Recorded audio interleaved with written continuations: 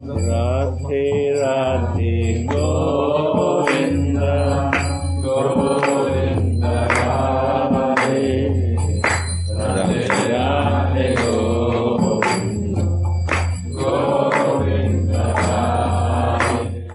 So today we're starting verse 67 from Sri Vilapa Kusumanjali.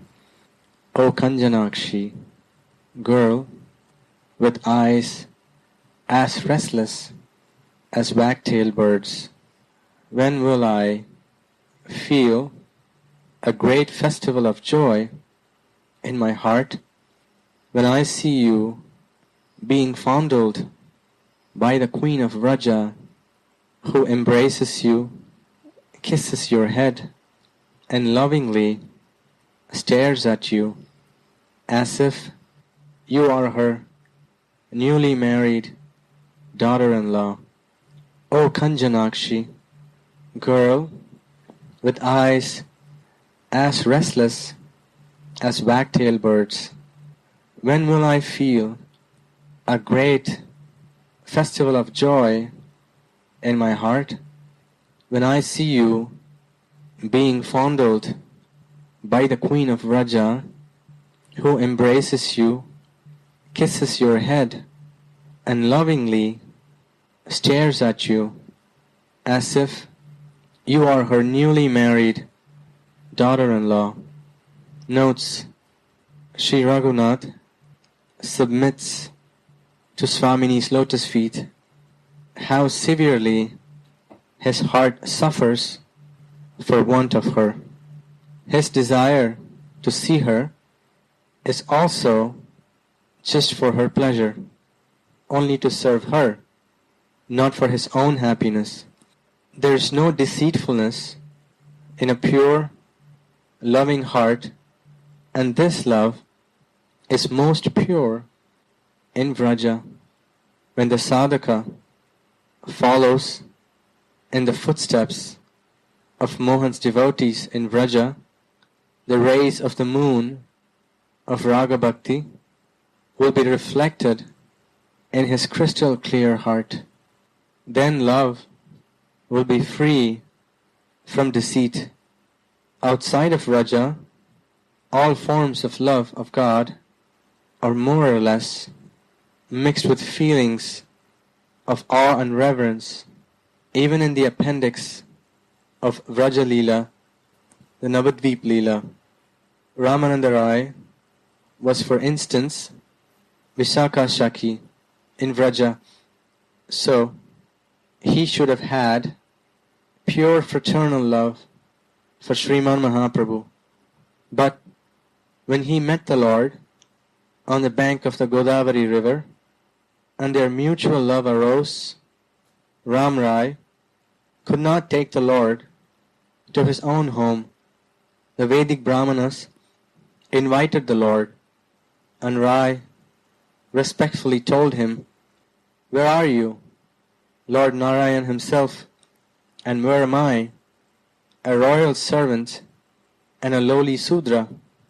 You did not fear the Vedic injunctions by touching me, although the Vedas forbid you to touch me.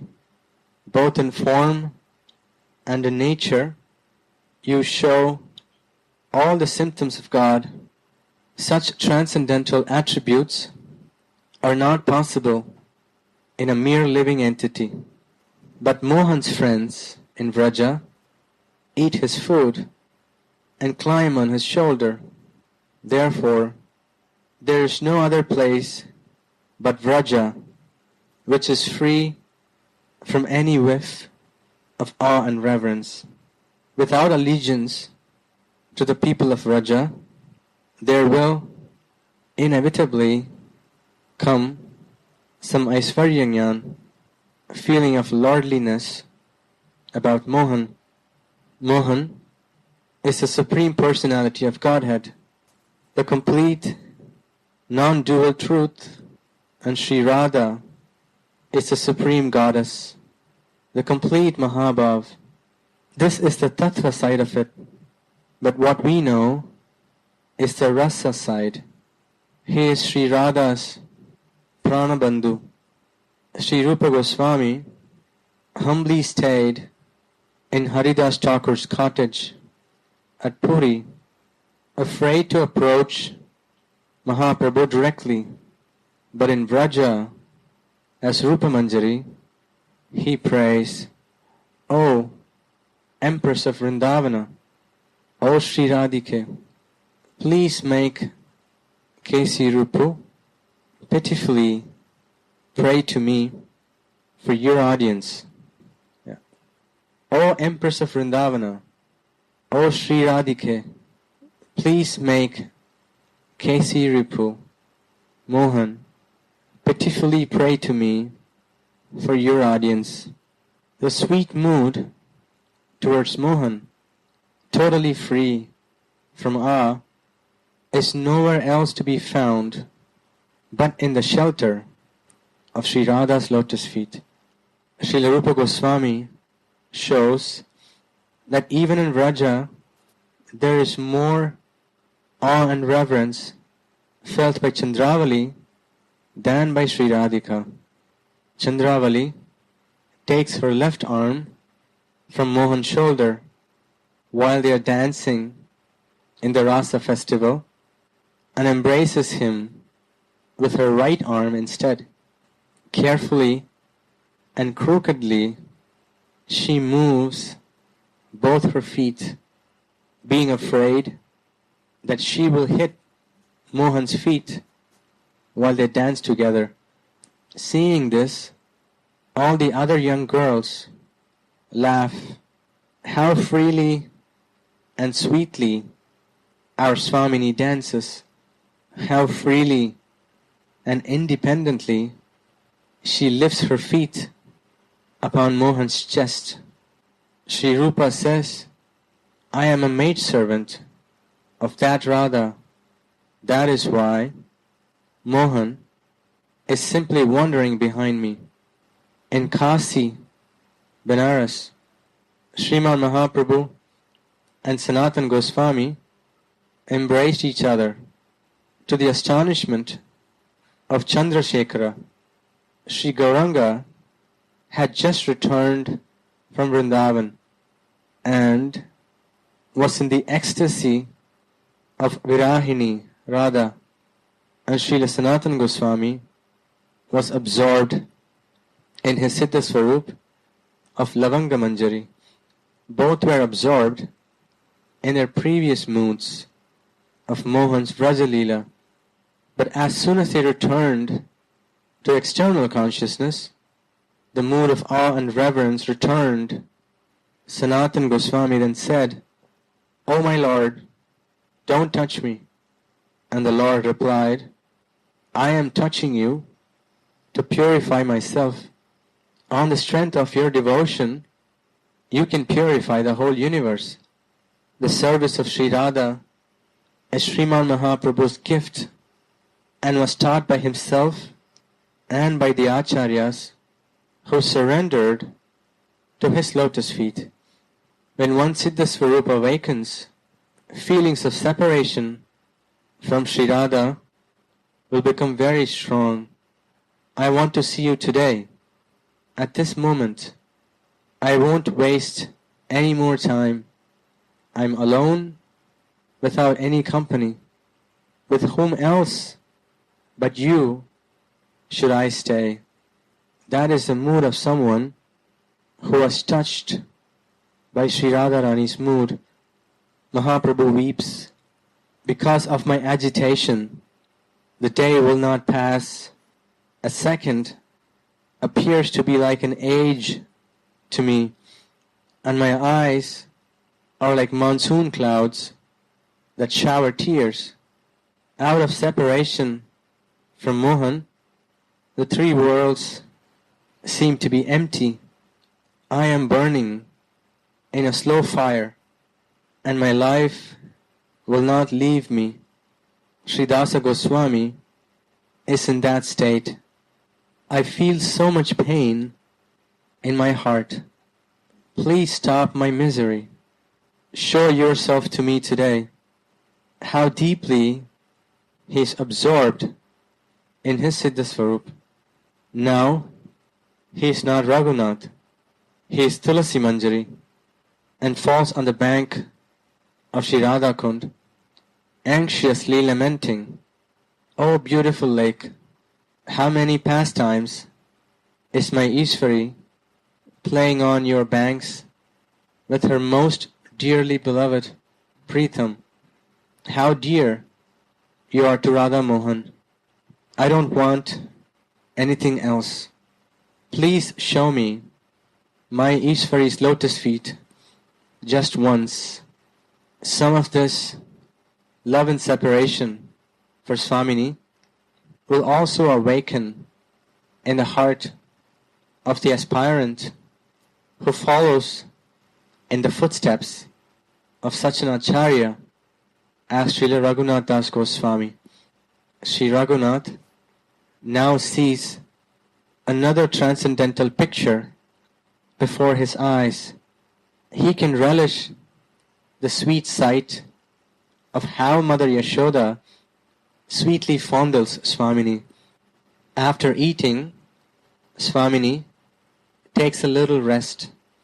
Then Ma calls her, and Tulasi brings her to Mother Yashoda, who tightly embraces her, fondles her, kisses her, and smells her head as if she is her own newly married daughter-in-law. Again and again, Mother holds Swamini's chin and looks in her eyes, floating in her own loving tears. With choked voice, Mother Yashoda says, "Oh my girl, without you, my whole life is dark. Don't forget to come here, always." Sri Radhika may be respectful to Mother Yashoda, but her control over her son is complete. Nobody can deal so freely with Mohan as only she can. Sri Radhika has no such fears and worries about stepping on Mohan's feet. Because of her supreme love for him, she can do with him whatever she likes. She even puts her feet on his chest if she likes. When will I see you like that? Srila Krishnadas Kaviraj Goswami writes in Govinda Lilamrita, filled with affectionately eager desires to marry her son, Yashoda carefully placed many suitable ornaments in excellent baskets at her home, as if Sri Radhika was her newly married daughter-in-law. Dhanishta brought these baskets to Sri Radhika along with betel leaves, sandal paste, vermilion, and new garments. Queen Yashoda was very happy to see Sri Radhika surrounded by her friends as if she was her own newly married daughter-in-law. On the one hand, Sri Radhika is subdued by the love of Mother Yashoda, and on the other hand, she is unable to freely join Mohan, who is about to go out to the forest. Desiring some clever solution from her girlfriends, she blinks at their faces. Hence she is called Kanjanakshi, or a girl whose eyes are as restless as wagtail birds. At this time, Dhanishta will arrange for a short meeting of Radha and Mohan in the Giri Nikunja at Nandisvara. Srila Raghunath Das Goswami described that in his Vraja Vilasa Stava, "I worship Radha and Mohan's dearmost girlfriend, Dhanishta, who joyfully arranges with different tricks for Sri Radha and Mohan's meeting in the Giri Nikunja of Nandisvara, after Sri Radha was brought to Nandisvara in the morning by Yashoda, the queen of Vraja, the cook for Mohan. This Yogapit Leela goes along with the devotee's mantra smarana. The regular smaran of a fixed devotee continues like a stream throughout the day, but the mantra smaran, or the mantramaya upasana, that occurs in between is compared to a lake within that stream. The river stream of regular smaran passes on through this lake after the mantramaya upasana. Sri Haripad Sila sings, O Radhe, whose eyes are as restless as wag-tailed birds, you are the crown jewel of Mohan's lovers. How affectionately the queen of Vraja is looking at you, soothing her own heart by embracing you and holding you to her chest, saying, O Vinodini, you are the very form of auspiciousness for King Nanda's abode. She smells your head. Carefully, Yashomati fondles you as if you are her newly married daughter-in-law. When will my heart be filled with ever-new feelings of pride when I see Vrajeswari's love for you, which is like a great festival of glory. This is the end of verse 67. I think maybe we should stop and record again. Can you make a new recording? So this verse is one recording and then this will be on. So reading verse 68. O my dear friend, Rupa Manjari, when can I walk behind you when you lovingly take wide-eyed goddess Radhika, who is moved by waves of desire, to the play grove that is decorated by Mohan, as she holds her vine-like arm with yours. O my dear friend, Rupa Manjari, when can I walk behind you when you lovingly take wide-eyed goddess Radhika, who is moved by waves of desire, to the play grove that is decorated by Mohan, as she holds her vine-like arm with yours. Notes.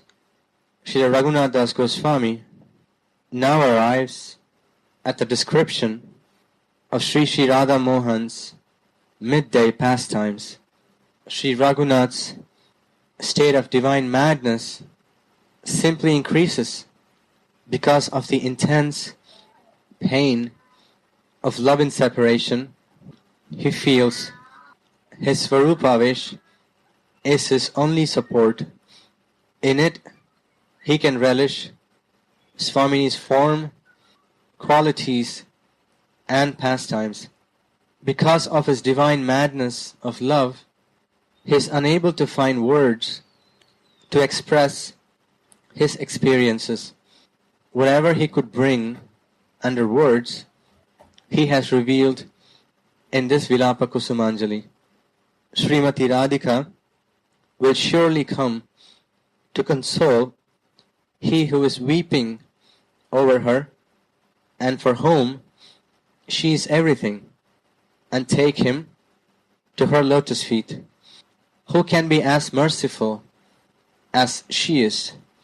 One of the 108 names Sri Raghunath Das gives her is Karuna Vidravad Deha, she whose body melts out of compassion. Normally, only a person's heart melts out of compassion, but Srimati makes her whole body melt. This is unheard of before. Mohan will not give his mercy to one who does not worship him. He has said that himself in Bhagavad Gita, Ye yatha mam prapadyante tams tathaiva bhajamyaham. But Sri Chaitanya Mahaprabhu gives prem even if he is rejected or insulted. He has become so merciful because he has accepted Swamini's mood. Then it may be asked, but it is said in Lagu Bhagavatamrita, there may be many dissensions of the lotus-naveled Vishnu that are blessed in all respects. But who else but Mohan bestows love on even the vines and other inert creatures? But Mohan acts like that only with the people of Raja, when he is Radhika's heart's friend. He becomes so luscious and sweet when he gets the love of Premamayi Radha. With his nectarian form and flute song, he infused love of God even in the trees, vines, animals, birds, stones, and even clouds. Srimad Bhagavat clearly describes how Mohan bestows prema on all the vines, trees, birds, deer, and waters of Raja, but not to any creature from elsewhere. The Lord of Dwaraka tells his principal queen, Satyabhama, I enchant all the inert creatures in Vraja with love, with my wonderful form, my dress, and the nectarian sound of my flute. What to speak of the people there? I am still here in Dwaraka, but now I cannot make even my own relatives and the Yadavas attain such a mood. I am unable to play such funny, joking pastimes here. Elsewhere, there is some reservation in the bestowal of mercy, but in Vraja, there is only costless mercy. The touch of Swamini's love has kept Mohan so sweet all this time. Although in Vraja, during the ancient manifest pastimes, this could not be grasped. Now that Mohan took her mood and luster to become Gora, he revealed the greatness of her costless compassion to everyone. She is by nature the most merciful one. In the summertime, when the sun was fiercely shining, Srila Raghunath Das was meditating in an open place on the bank of Shyamakund. All merciful Swamini then came to shade him with her veil, catching the full force of the sun herself, making sweat drops appear on her face. Raghunath Das was not aware of anything external. Meanwhile, Srila Sanatana Goswami came to see how Raghunath was doing, and seeing what was going on, he disturbed him and said, Raghunath, whom are you meditating upon? Raghunath Das said, on Swamini. To which Sanatana Goswami replied, are you looking for she who stands behind you to shade you from the sun? Hearing this, Raghunath Das had understood what had happened, and he began to cry loudly, don't meditate out in the open. Make yourself a cottage so that our mistress does not have to come and take all this trouble to protect you. Sanatan told Raghunath, Srila Raghunath has sold himself to Swamini's lotus feet. My Swamini, I know you. You will introduce yourself to me in the company of your Pritam. O mind, remember that the moon of the Vraja forest is the lord of my queen, First Radha, then Mohan. My mistress is Radha, the queen of Vrindavana, and I worship Mohan because I know he is the lord of her life. This loyalty fills Sri Raghunath's heart. When this revelation disappears, Raghunath Das cries pitifully, falling on the bank of Radhakund. Then he suddenly hears the jingling of ankle bells, which soothes his pain somewhat. He sees Srimati Rupamanjari before him. Seeing her, he remembers Swamini, since she is the Manjari of Swamini's Rupa, a beautiful form not yet blossoming. A bumblebee will not sit on an unripe flower. Rupa sweetly asks him, Tulasi, what is happening? These customs have nothing to do with the worldly customs. How sweetly she says, O see Tulasi, I have come. In his spiritual absorption, Raghunath gets up and says, O Sakhi Rupamanjari, I cannot tolerate the burning separation from Swamini anymore. Will I not attain her service after all? Rupamanjari says, What service will you render? Tulasi replies, I want to come along with you to bring Swamini into that kunja on the bank of Sri Radhakund, which is decorated by Mohan. Mohan, being eager to meet Swamini, sends a girl messenger in the form of his flute playing, and when Premamayi Radhika hears that sound, she becomes impatient and forgets all other considerations. The sun shines on her head and scorches the sand on the road, spreading itself in the sky like a burning canopy. So she goes out to meet Mohan at noontime. Her body is as soft as butter, and her feet are as tender as lotus flowers. Hari Hari, the course of love cannot be stopped. This amorous girl gives up all considerations, desiring to be touched by Mohan. The most excellent, playful Rai is shielded from the noose-like looks of her suspicious elders by a whirlwind that throws up a lot of dust.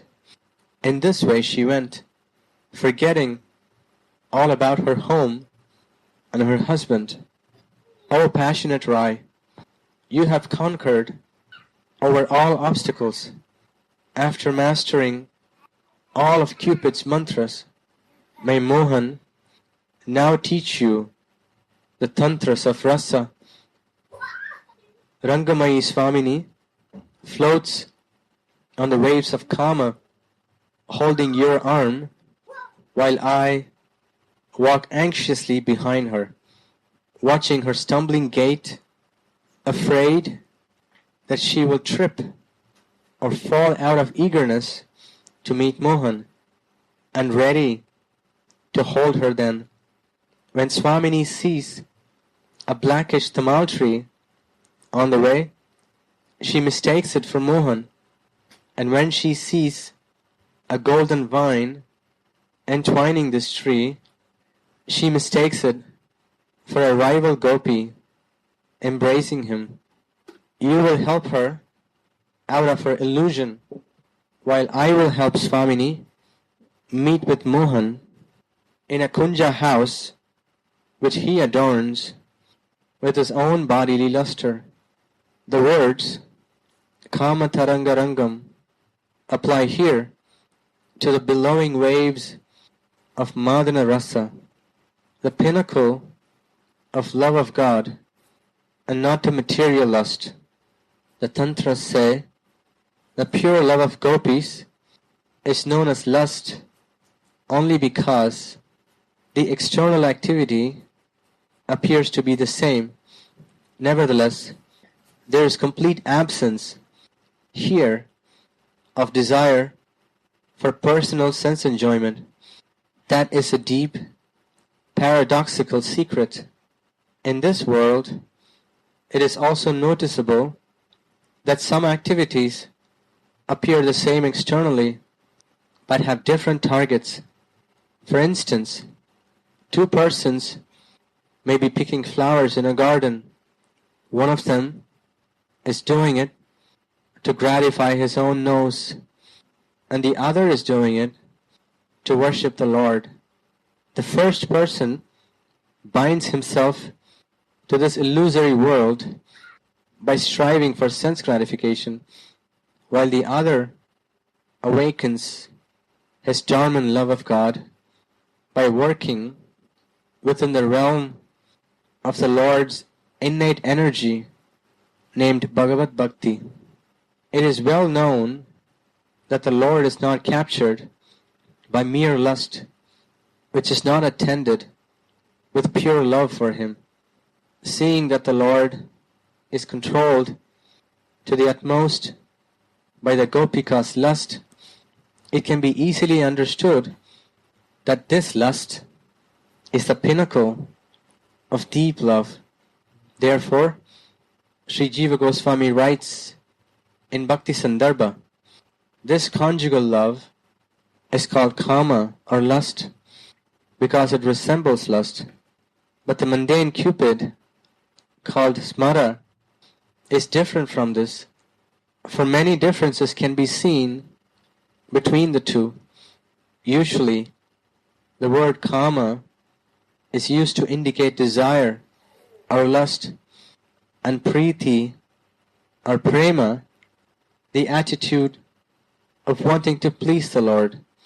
Therefore, although the activities of lust and love appear to be the same, the desire to please oneself has been called lust, and the desire to please Mohan has been called pure love.